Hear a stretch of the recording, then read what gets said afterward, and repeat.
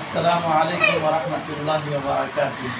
آج آپ حضرات کے سامنے ایک ایسی برائی کا بیان لے کر آیا ہوں جو نیکیوں کو کھا جاتا ہے، اور وہ ہے حسد۔ حسد کی برائی اور اس کا علاج کیا ہے، سنیں اور اس پر عمل کریں۔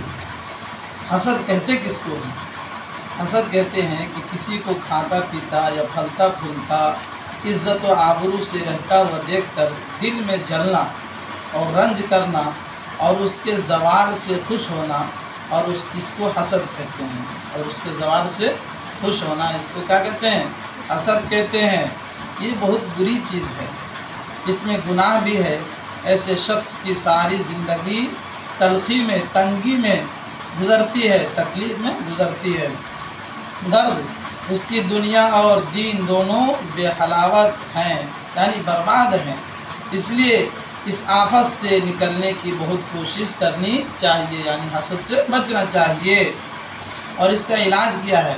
اس کا علاج یہ ہے کہ سب سے پہلی بات تو یہ ہے کہ یہ سوچے کہ میرے حسد کرنے سے مجھے کو نقصان ہوگا، مجھے ہی تکلیف ہوگی۔ اس کا کیا نقصان ہے؟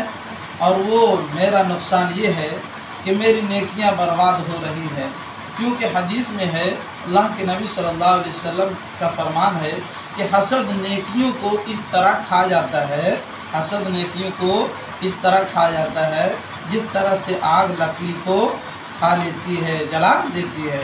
اور وجہ اس کی یہ ہے کہ حسد کرنے والی گویا اللہ تعالیٰ پر اعتراض کر رہی ہے کہ فلانا شخص اس نعمت کے لائق نہ تھا، اس کو نعمت کیوں دی؟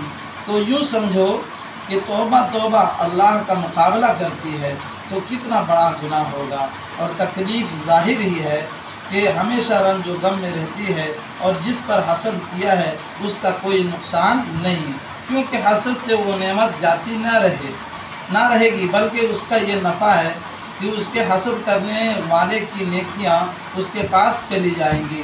جب ایسی باتیں سوچو گے تو پھر یہ کرو کہ اپنے دل پر جبر کر کے جس شخص پر حسد پیدا ہوا ہے، زبان سے دوسروں کے روبرو اس کی تعریف اور بھلائی کرو، اور یوں کہو کہ اللہ تعالیٰ کا شکر ہے کہ اس کے پاس ایسی نعمتیں ہیں، بہت ساری نعمتیں ہیں، اللہ کا دین ہے، اللہ تعالیٰ اس کو دین دوگنی رات چوگنی ترقی عطا فرمائے۔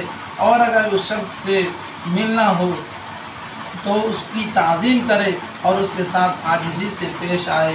پہلے ایسے برتاؤ سے نفس کو بہت تکلیف ہوگی، مگر رفتہ رفتہ دھیرے دھیرے آسانی ہو جائے گی اور حسد ختم ہو جائے گا۔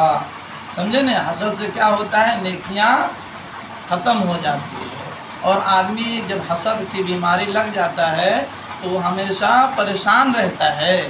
اس لیے کسی سے جلنا اور حسد کرنا نہیں چاہیے۔ اللہ تعالی ہم سبوں کی حفاظت فرمائے۔